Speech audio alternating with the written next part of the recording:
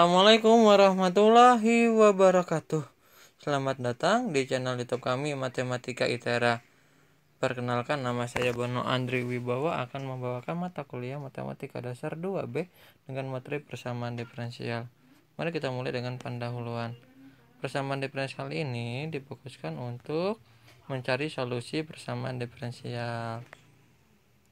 Agar lebih lancar untuk mencari solusi persamaan diferensial, diperlukan beberapa materi sebelumnya, yakni berkaitan dengan turunan dan antiturunan dari fungsi aljabar dan turunan dan antiturunan dari fungsi transenden.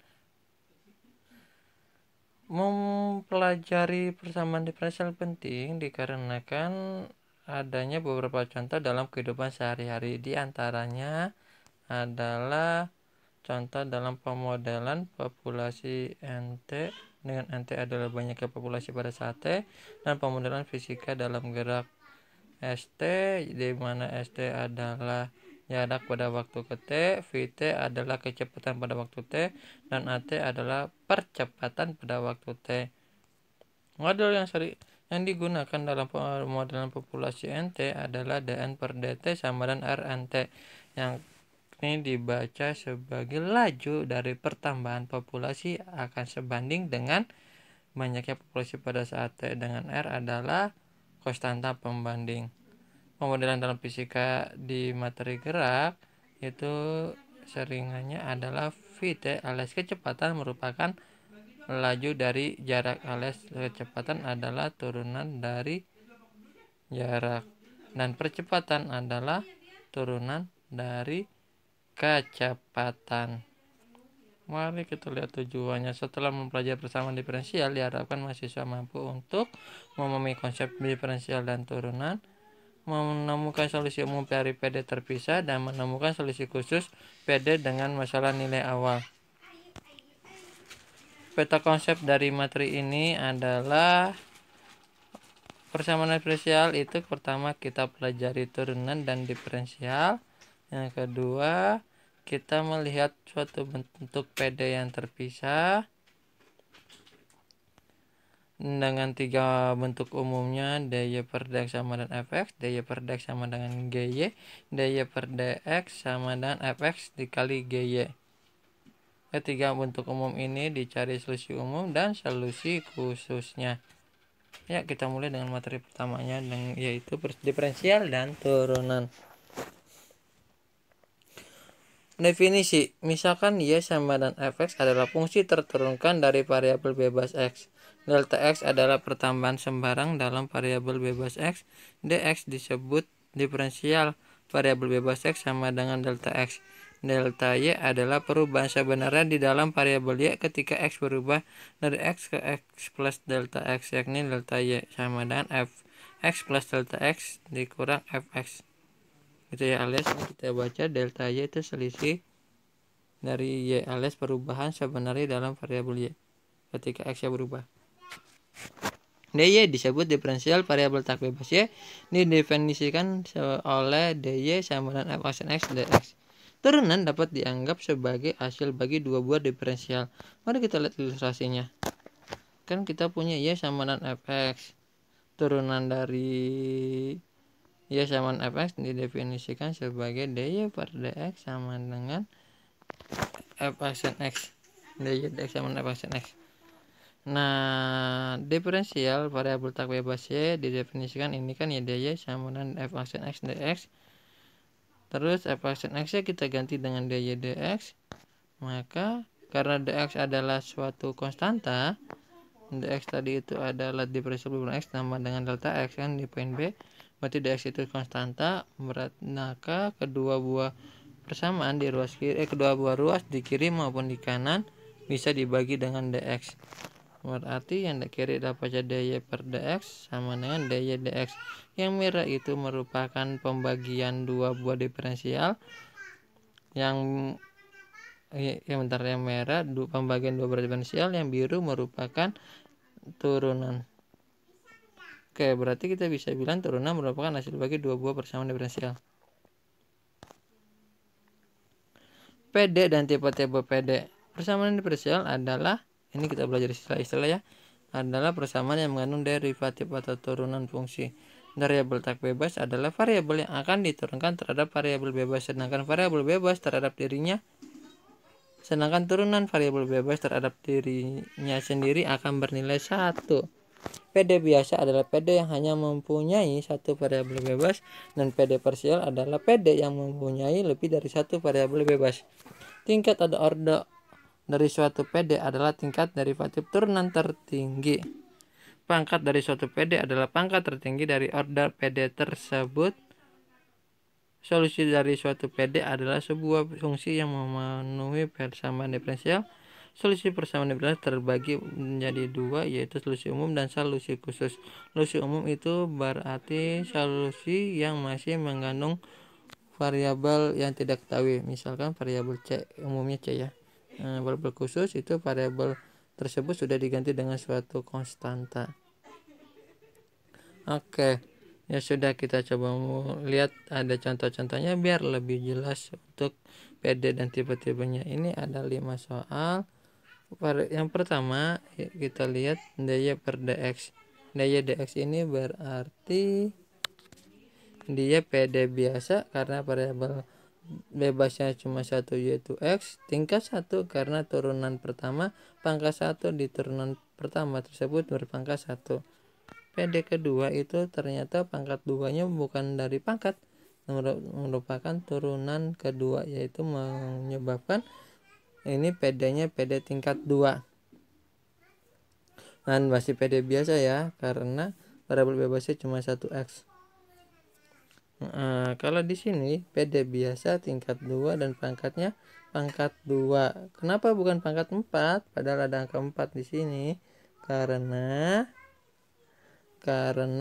kita lihat pangkat itu dilihatnya dari pangkat turunan tertinggi.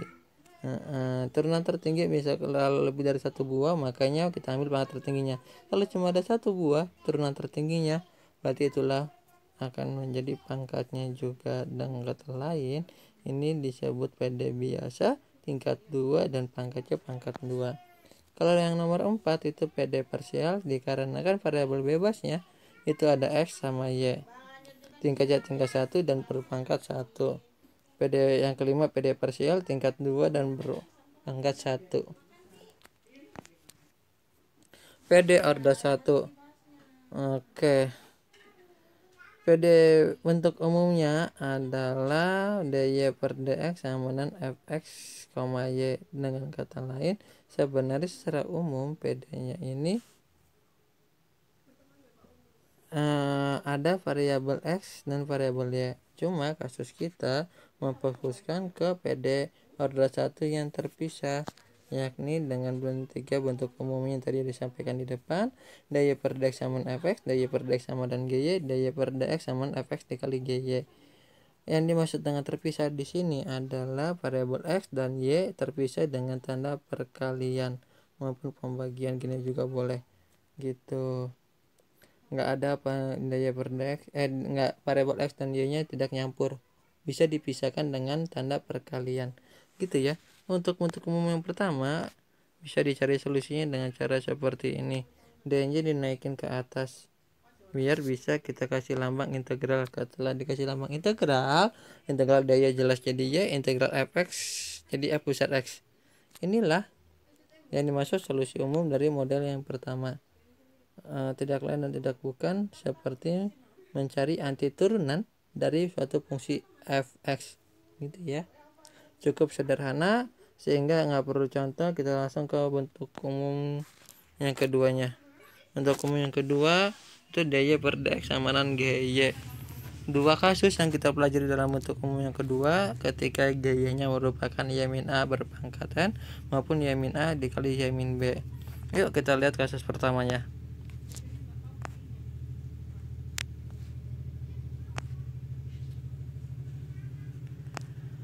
Untuk n sama dengan 1, maka dy per dx sama dengan y min a saja. Gitu kan ya, kan gy nya diganti y min a di pangkat n, karena n nya 1 langsung y min a. Berarti y min a nya pindah ke kiri bawah, sehingga kita akan dapatin dy per dx sama dy per y min a sama dengan dx. di kiri dan di kanan kita kasih lambang integral, maka kita akan dapetin integral yang sebelah kiri, ruas kiri menjadi ln y min a, yang sebelah kanan menjadi x plus c. Ini kita kasih eksponen di kiri dan di kanan. Untuk menghilangkan ln, tinggal y min a sama dengan x dikali ec. Ini kan c nya bisa kita pisahkan, berarti kalau a nya kita pindah ke kanan biar y nya sendirian, dapatlah y sama dengan e pangkat x dikali e pangkat c plus a. Ketika kita melakukan pemisalan, kan e pangkat c itu c nya nggak tahu, e pangkat c berarti mau juga tidak tahu, bisa disederhanakan lambangnya dengan c1. Dapatlah kita solusi umum y sama dengan y c1 e pangkat x ditambah a. Inilah solusi umumnya. Kalau ada pertanyaan disampaikan saja di kolom komentar. Kita lihat contohnya dulu. Tentukan solusi umum dari ini. dy per dx sama dengan 3 min 4y. Kan bentuk umum ini masih 4 koefisiennya. Di contoh sebelumnya koefisien y itu cuma 1, berarti min 4 nya diusir dulu, sehingga efeknya 3 berubah menjadi min 3 per 4. Yuk kita usir y min 3 per 4 nya ke kiri, dx nya kita naikin, maka kasih integral di kiri dan di kanannya, dapatlah ini ln, sebelah kanan dapat min 4x plus c. Kita hilangin ln nya dengan e, berarti di kanan juga dikasih e. ln itu saling menghilangkan, tinggal y min 3 per 4 sama dengan e pangkat min 4x dikali e pangkat c. 3 per 4 c kita pindahin, dan c pangkat c kita ganti c1, kita akan dapatin y sama dengan e pangkat min 4x dikali c1. Jika ada pertanyaan atau ngasih komentar saran bisa disampaikan di kolom komentar ya. Kita lanjut ke materi berikutnya ketika n nya lebih dari 1.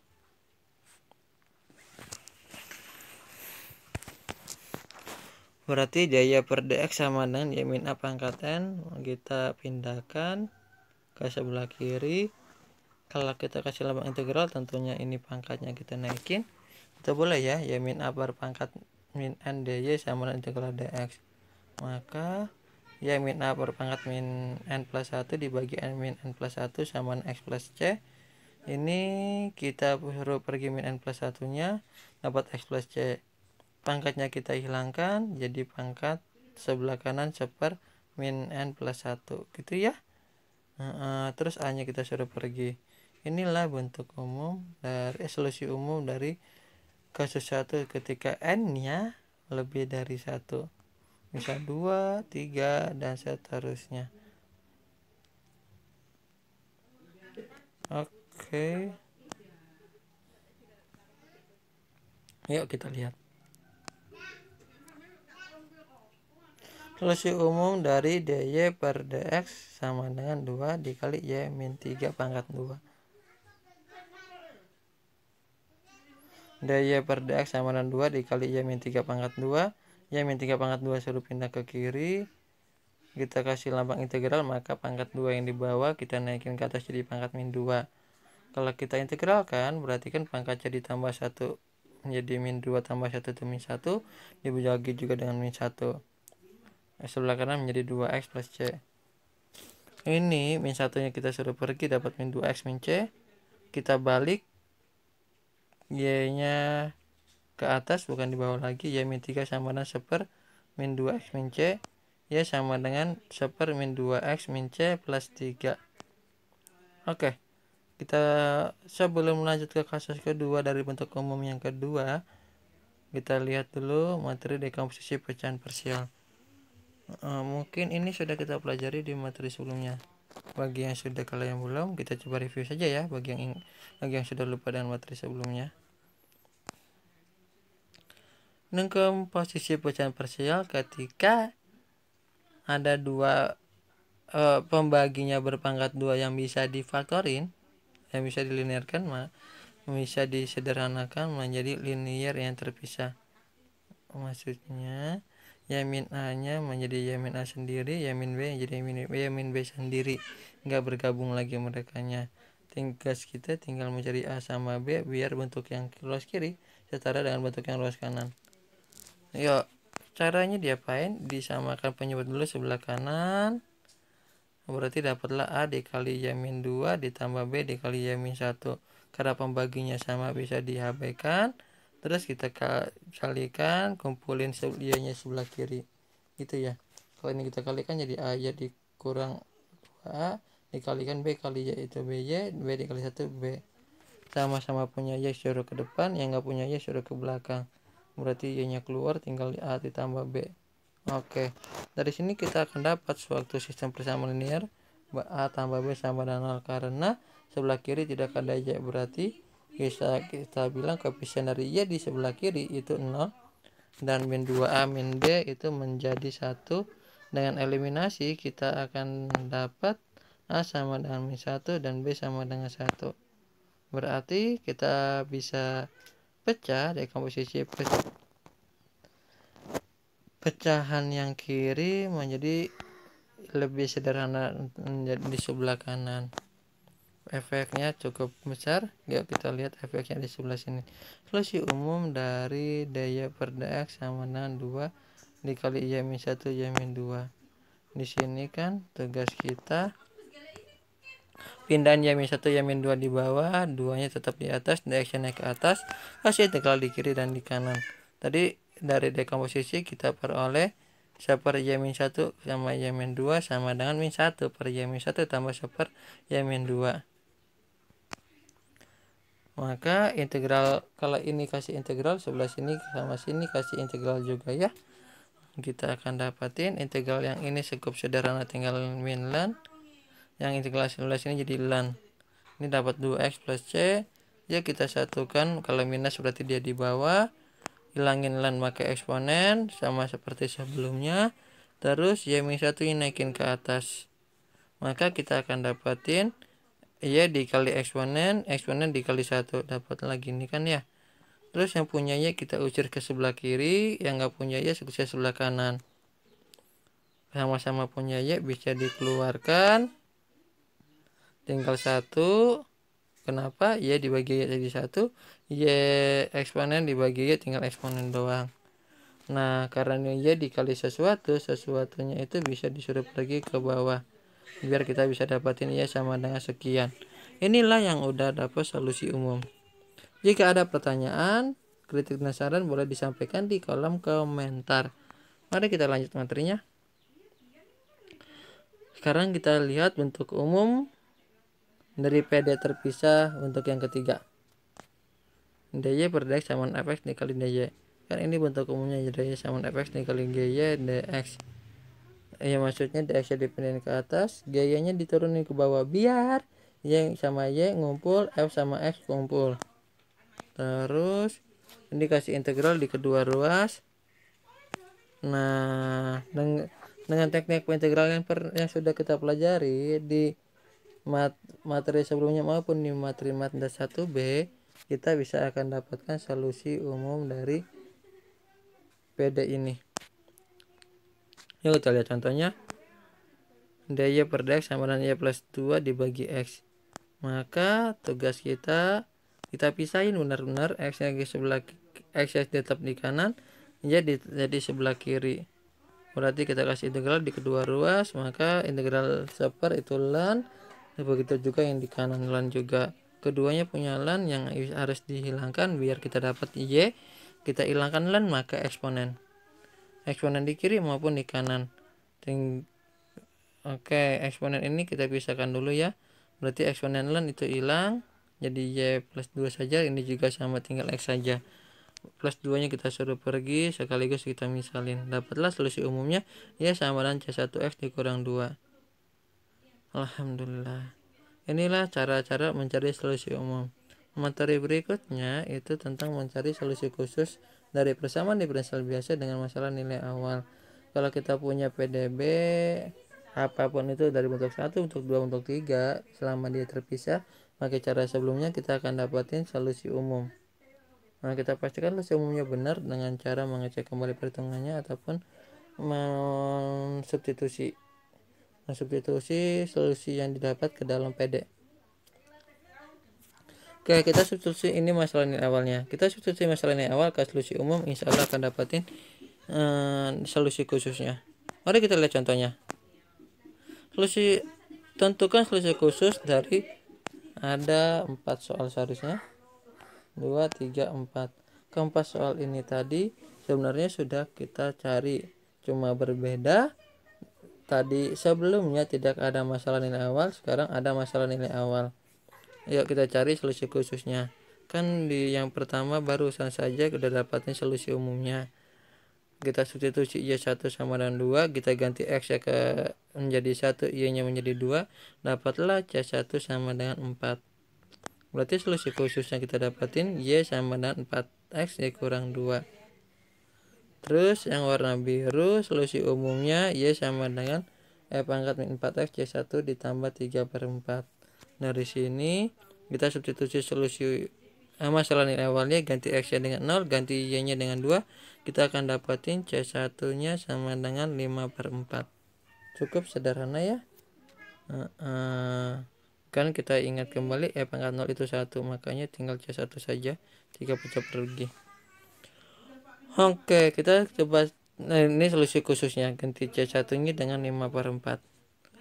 Kalau ada pertanyaan terkait dua soal pencarian solusi khusus ini, bisa disampaikan di kolom komentar. Mari kita lanjutkan contoh soalnya. Untuk yang warna kuning, kita sudah punya solusi umumnya seperti ini, sehingga ketika kita masukin masalah nilai awal Y1 sama dengan 2, maka Y nya kita ganti 2, X nya kita ganti 1, didapatlah 2 sama dengan 1/2 kali 1 dikurang C ditambah 3. Berarti kan 2 dikurang 3 jadi min 1 sama dengan 1/2 min C. Kita kali, dapatlah 2 tambah C sama dengan 1, dapat C sama dengan min 1. Kita balikin ke solusi umumnya, inilah solusi khususnya. Untuk yang warna hijau, solusi umumnya kan kayak gini. Kita masukin masalah nilai awal Y0 sama dengan 3, berarti ganti Y nya dengan 3, mengganti X nya dengan 0. Kita kali silang, 3 dikali 1 dikurang eksponen pangkat C, jadi 3 dikali 1 itu 3, 3 dikali E pangkat C itu 3 E pangkat C. Kita kumpulin E pangkat C yang ke sebelah kanan, yang nggak punya sebelah kiri. Kita dapat 1 sama dengan 2 kali E pangkat C, sehingga E pangkat C sama dengan 0. Berarti solusi khususnya 2 dikurang 1/2 E pangkat 2X dibagi 1 dikurang 1/2 E pangkat 2X. Kalau kita rasionalkan, kita sederhanakan, dapatlah 4 dikurang E pangkat 2X dibagi 2 min E pangkat 2X. Inilah daftar pustaka yang digunakan. Terima kasih atas perhatiannya, tetap semangat. Assalamualaikum warahmatullahi wabarakatuh.